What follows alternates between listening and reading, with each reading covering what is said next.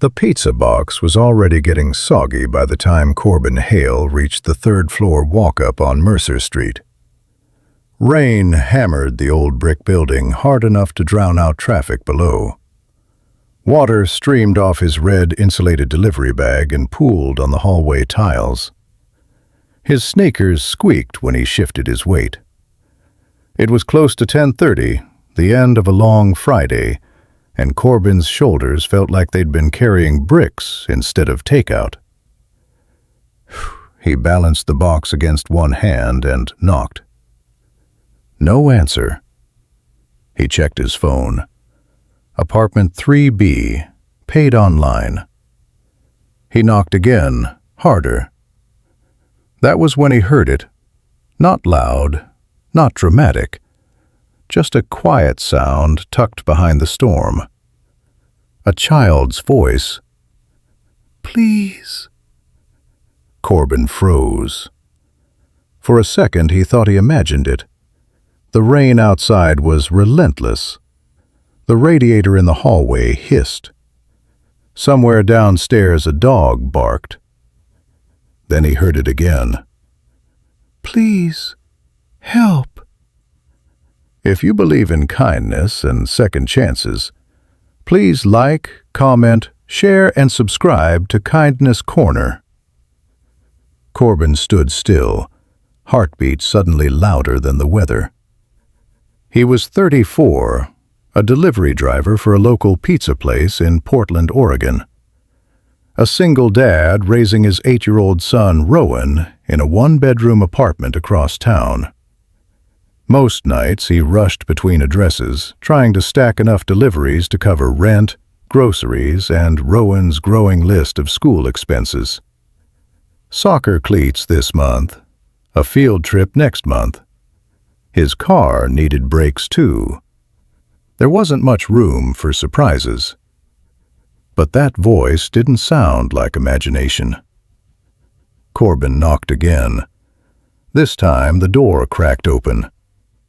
A woman stood there wrapped in a faded gray flannel shirt and plaid pajama pants. Blonde hair tangled like she'd run her hands through it all evening. She looked exhausted in the way people do when sleep has become a rumor. "Pizza," Corbin said carefully. She blinked, then glanced behind her. "Oh, right." Her voice was thin. She reached for the box, but Corbin heard movement inside. Small footsteps, fast. A little girl appeared at the edge of the doorway, maybe 6 years old, barefoot. Curly dark hair sticking out wildly. Her eyes were huge, and she whispered, "Please don't go." The woman shut her eyes for a second. A long, awkward silence filled the doorway. Rain pounded the windows behind Corbin. Then the woman stepped back and opened the door wider. "I'm sorry," she said. "Come in for a minute."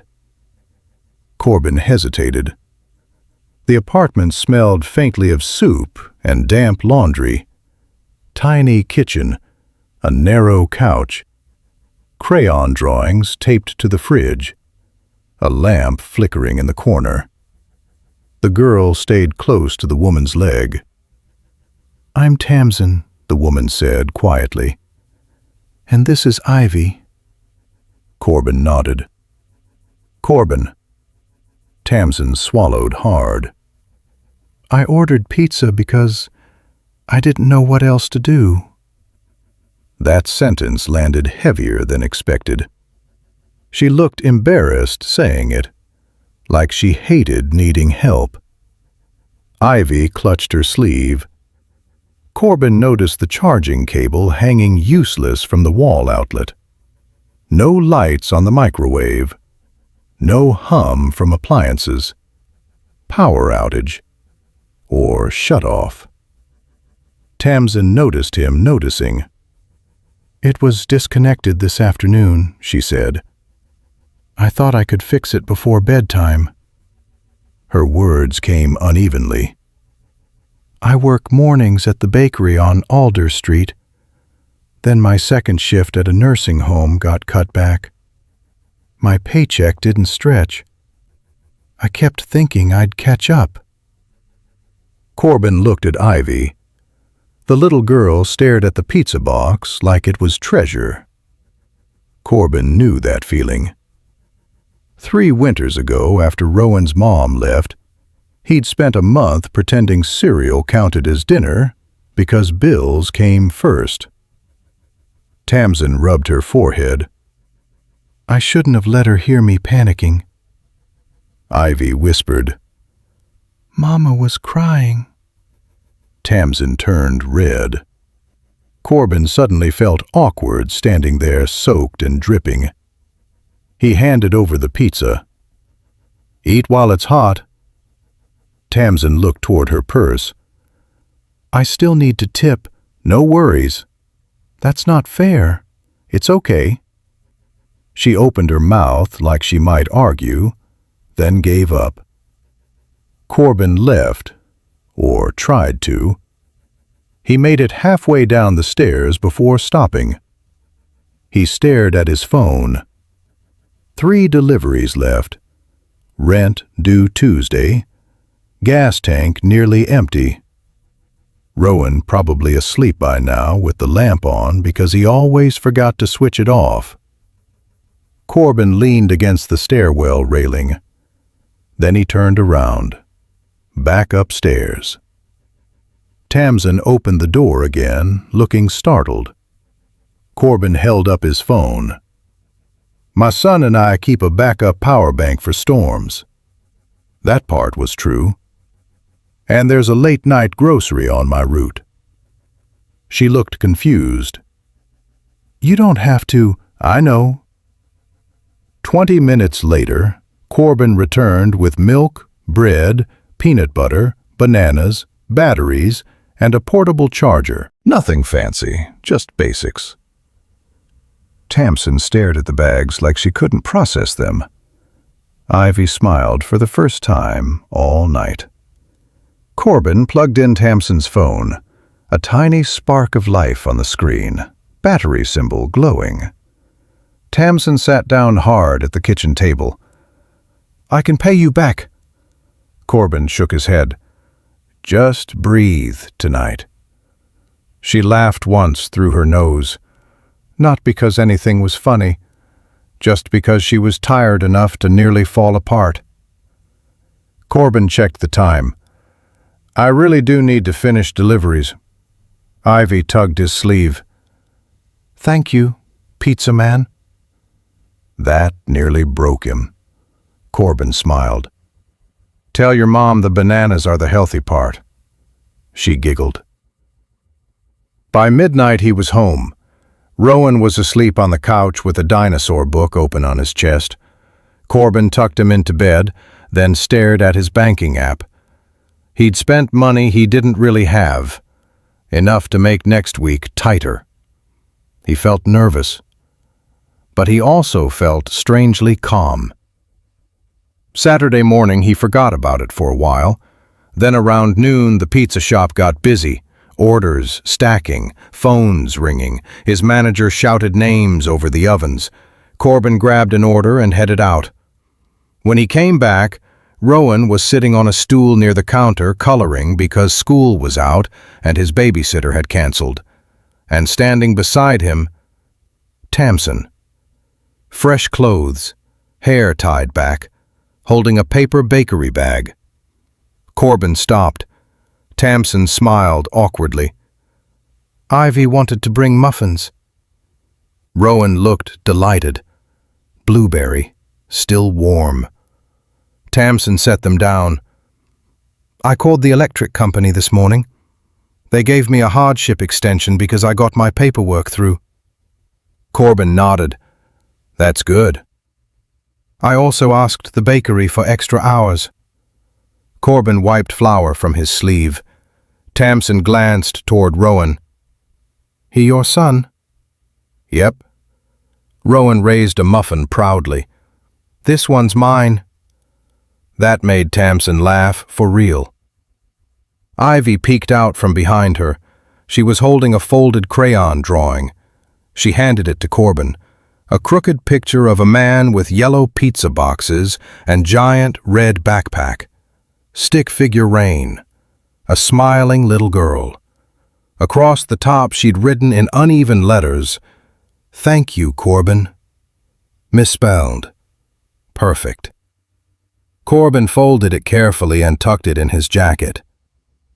Weeks passed. Portland rain came and went. Corbin delivered pizzas. Tamsin worked longer bakery shifts. Sometimes Corbin stopped by Alder Street early mornings for coffee and a muffin before school drop-off. Sometimes Rowan and Ivy sat together at a park while adults traded tired parent conversation nearby. Life stayed messy. Bills still arrived. Cars still made weird noises. Kids still forgot homework. Nobody magically became wealthy. Nobody got rescued by miracles. But small things started stacking up. Tamsin occasionally sent over fresh bread. Corbin helped replace a leaking faucet. Rowan taught Ivy card games. Ivy reminded Rowan to zip his jacket. One rainy evening nearly 2 months later, Corbin picked Rowan up from school and found an envelope taped to his apartment door. Inside was a handwritten note. Corbin, the bakery owner found out what happened and offered me permanent hours. Ivy and I are okay now. Better than okay. You showed up on a night when everything felt heavier than I could carry. You didn't ask questions that made me feel smaller. You just helped. I hope you know how rare that is. Thank you. Pamson. A grocery gift card was tucked inside. Corbin smiled. He almost protested out loud to an empty hallway. Then Rowan asked, "Who's it from?" "A friend." That night after dinner, Corbin taped Ivy's drawing to the fridge, right beside Rowan's spelling test. He stood there longer than necessary, thinking about storms, about strangers, about how easy it is to keep walking because everyone is tired and stretched thin and carrying their own weight, and how sometimes the smallest pause changes the direction of somebody's week, maybe even your own. Comment: kindness still exists if you believe even one good act can change someone's life. And if this story touched your heart, please leave a like and share it with someone who still believes kindness matters. Corbin never thought of himself as extraordinary. He still rushed deliveries, still worried over bills, still packed Rowan's lunches half asleep and forgot laundry in the dryer. Tamsin still worked long mornings with flour on her sleeves, still hurried Ivy into school with untied shoelaces. Life stayed ordinary. And that was exactly what made it matter. Because kindness doesn't always arrive with big speeches or perfect timing. Sometimes it shows up soaked through in the rain, carrying pizza in one hand and groceries in the other. Sometimes it looks like staying an extra 5 minutes, listening, not pretending you didn't hear. And sometimes a quiet cry behind a storm becomes the reason someone believes tomorrow might feel manageable again. That kind of kindness rarely makes headlines, but it settles into everyday life, warm as kitchen light, simple as a shared muffin, steady as rain against old brick. And sometimes that's more than enough.